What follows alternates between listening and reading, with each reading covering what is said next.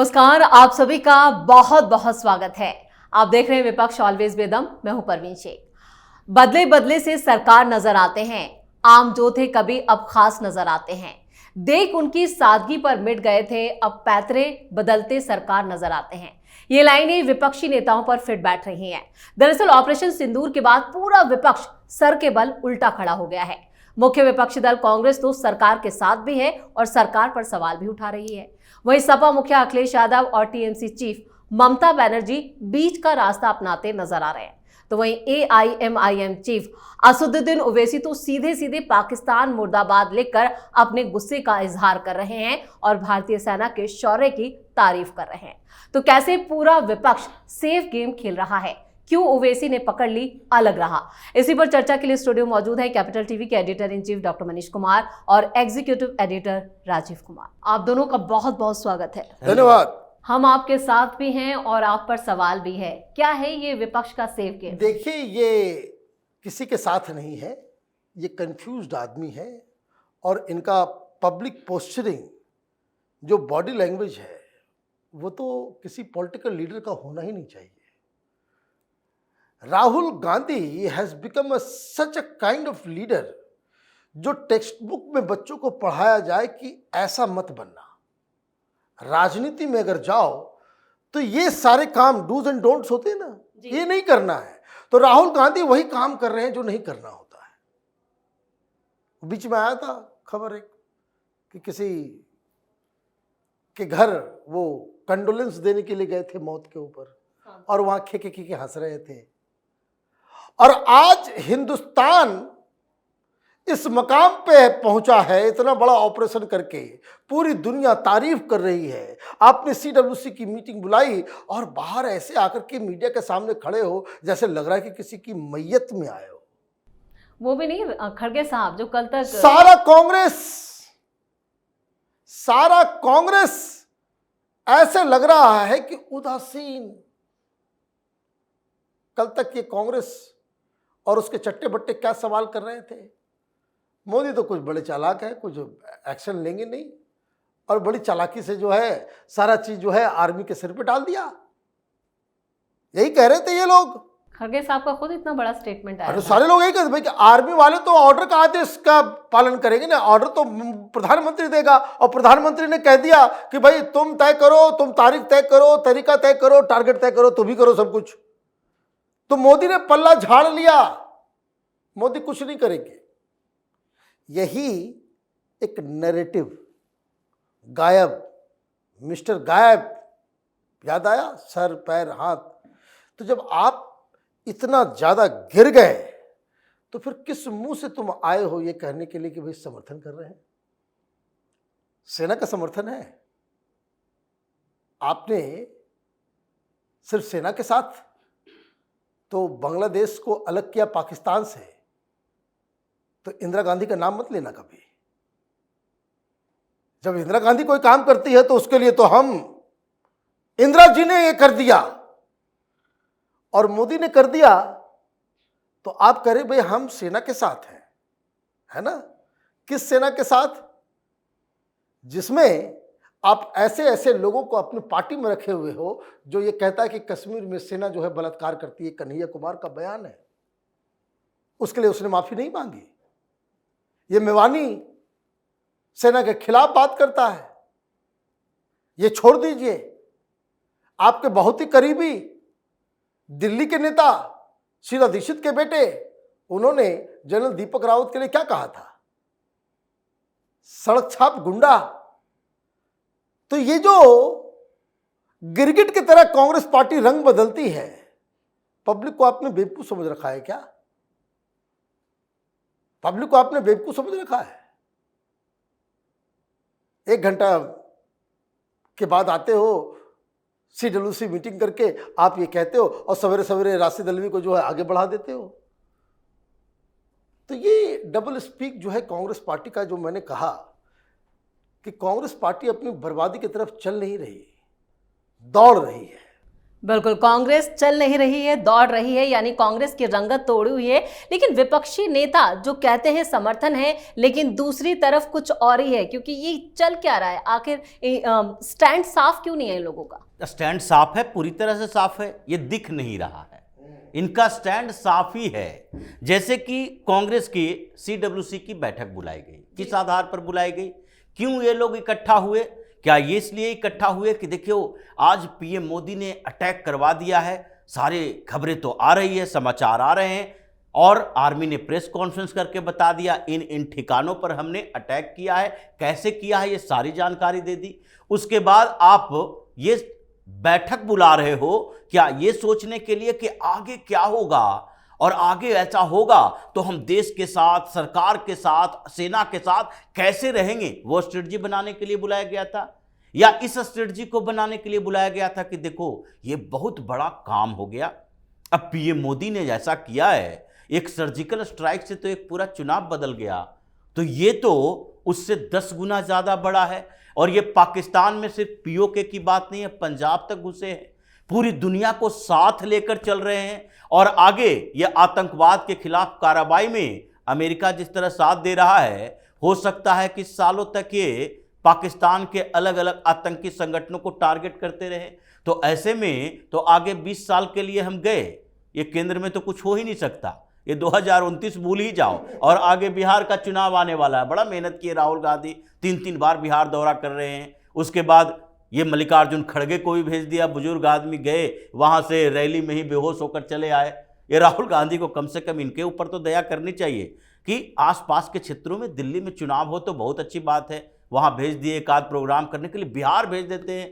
और वहां मल्लिकार्जुन खड़गे गए, बक्सर से पटना जाते जाते 3 बार उनको इंजेक्शन लगवाना पड़ा, और पटना जाके अपनी मीटिंग कैंसिल करके आ गए। तो बिहार का चुनाव का क्या होगा? ये मंथन कर रहे थे ये लोग कि कैसे इस पूरे माहौल में हम लोगों के दिमाग में भरें कि मोदी कुछ नहीं है, सरकार कुछ नहीं है, ये सेना के पराक्रम का नतीजा है। ये पॉलिटिकल लीडरशिप क्या होता है? इन लोगों के चरित्र को देखिए। जब तक कोई सीधा हमला नहीं हुआ, ऐसा नहीं है कि सीधा हमला नहीं हुआ तो पाकिस्तान परेशान नहीं था। जिस दिन ये आतंकियों ने हमला किया पहलगाम में, लोगों को मारा, उसके अगले दिन ही सीधे PM मोदी ने फैसला लिया, और उसके बाद पाकिस्तान पर एक्शन शुरू हो गया। ये सिंधु जल समझौता हो, डिप्लोमेटिक रिलेशन हो, या फिर ट्रेड हो, या फिर एयरपोर्ट हो, या फिर जितने भी उसके खिलाफ प्रतिबंध लगाने थे, ये कोई छोटी मोटी कार्रवाई नहीं होती। लेकिन फिर भी ये लोग कह रहा था मोदी नहीं कर रहे, मोदी नहीं कर रहे, और जब मोदी ने किया तो सेना ने किया, सेना ने किया। मतलब ये दोहरा चरित्र कैसे हो सकता है? किसी इंसान को थोड़ी सी शर्म आनी चाहिए। बिल्कुल। कि अगर नहीं कर रहे तो आप पर सवाल उठाएंगे, कर दिए तो किसी और को दिखाएंगे। मतलब आपने गोली मारी तो आपके बारे में नहीं कहेंगे बंदूक से गोली चली है, और नहीं कर रहे तो बंदूक आपने थामी ही नहीं। ये ऐसे लोग हैं जो किसी भी समय का केवल पॉलिटिकल फायदा उठाने के लिए सोचता है, उसके लिए देश जाए अपनी जगह पर, देश को बेचना पड़े। ये सारे लोगों की स्थिति क्या है? अभी भी राहुल गांधी को देखिए, 2-4 दिनों के अंदर ये फिर से उड़ान भरने वाले हैं कहीं और। ये जाएंगे, फिर से लॉबिंग करेंगे कि देखो भाई अब तो पूरी स्थितियां ही बदल गई, अब कौन सा नैरेटिव सेट करे, क्या क्रिएट करे, क्योंकि मोदी ने जो किया है उसके बाद तो जो उनके विरोधी थे वो भी अब समर्थक हो गया कि भाई ऐसा नहीं होना चाहिए। ये इतने सालों के बाद भारत की स्थिति ऐसी हुई है कि दुनिया सलाम कर रहा है।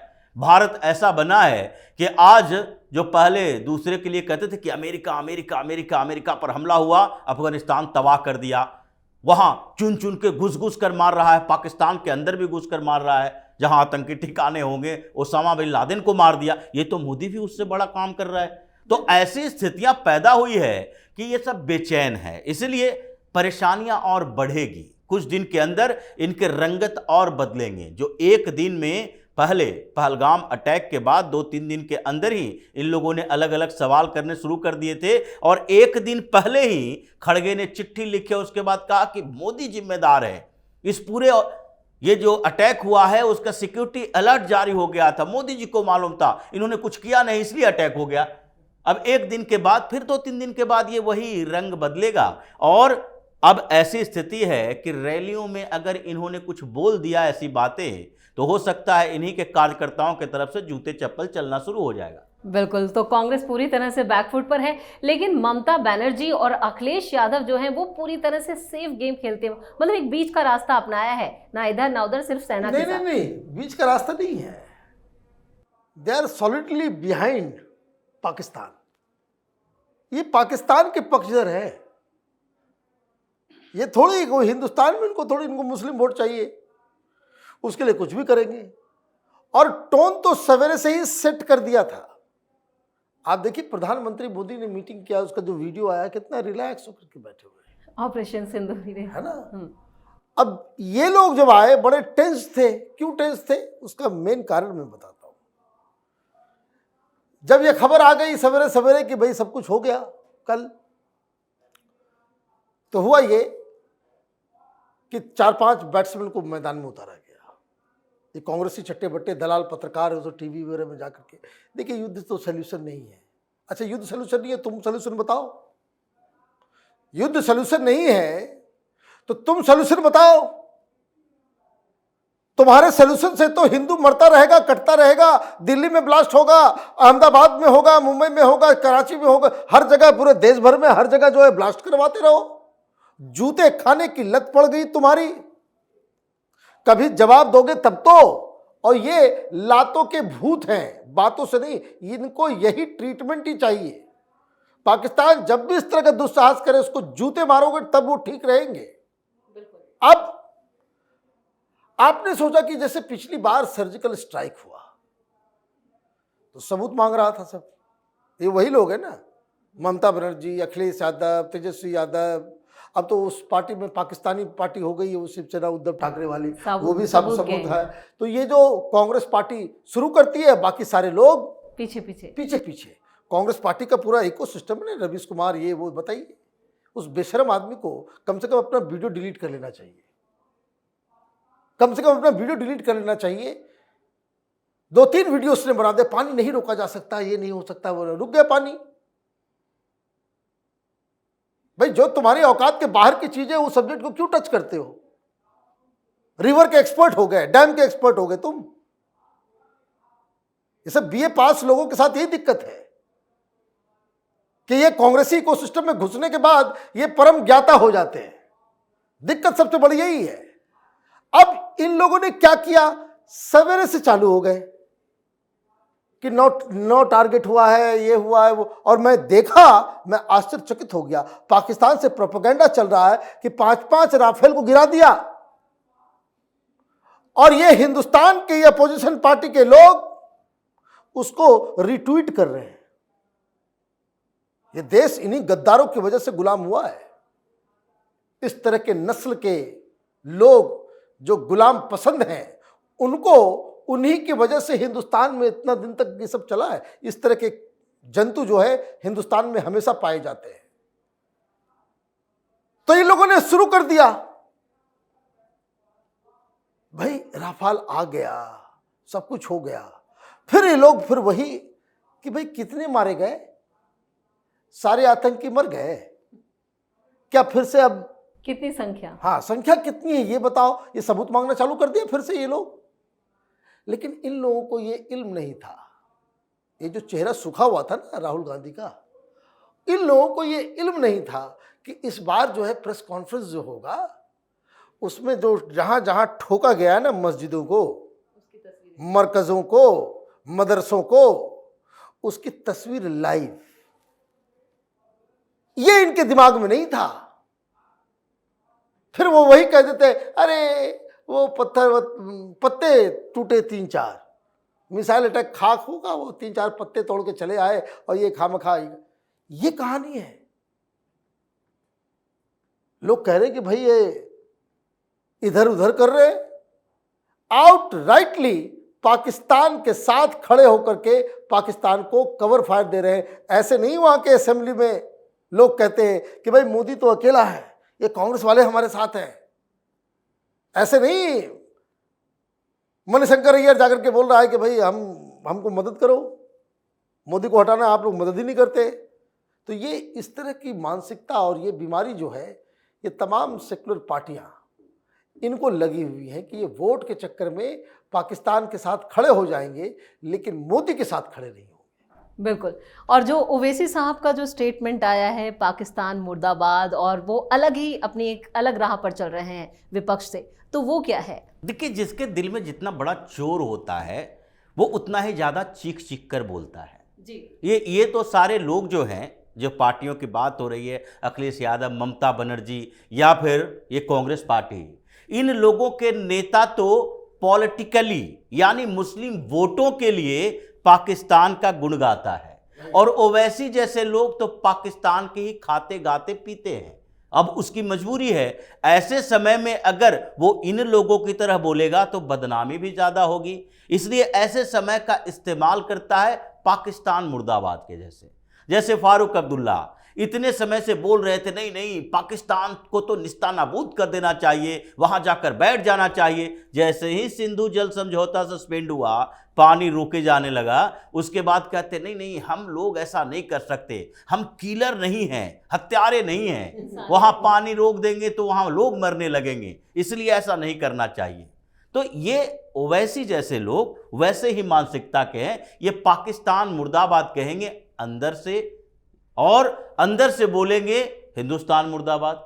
ये अभी तक इतने दिनों में जो ये चल रहा है, पाकिस्तान के खिलाफ कार्रवाई चल रही है, और ये हर जगह घूम घूम कर ये मस्जिद पर कब्जे की बात कर रहे हैं, ये वक्फ की बात कर रहे हैं कि वक्फ के अधिकार को लेकर रहेंगे। इन लोगों को तो लग रहा होगा कि देखो ये अगर शांत हो जाएगा तो फिर हम अपना आंदोलन शुरू करेंगे, इन लोगों को बांटने की कोशिश करेंगे, हंगामा करना शुरू करेंगे। इसलिए ओवैसी पर भरोसा नहीं किया जा सकता। अगर ये गंगा में खड़ा होकर भी बोल दे तो वो भी विश्वास नहीं किया जा सकता, इतना ज़्यादा हिंदुस्तान प्रेमी है। ये शुरुआती दौर से ओवैसी की एक पॉलिटिक्स रही है कि हम ऐसा करने की कोशिश करें जिससे हमें ये न दिखाई पड़े कि हम पाकिस्तान के साथ खड़े हैं, मुसलमानों के साथ, पाकिस्तान के खिलाफ नहीं बल्कि यहाँ के लोगों को जोड़कर खड़े हैं। और इसीलिए बार बार उन्होंने पाकिस्तान के खिलाफ ही बात की है पहले से ही, लेकिन जब सेटिंग की बात आती है तो उन्हीं लोगों के साथ खड़े रहेंगे।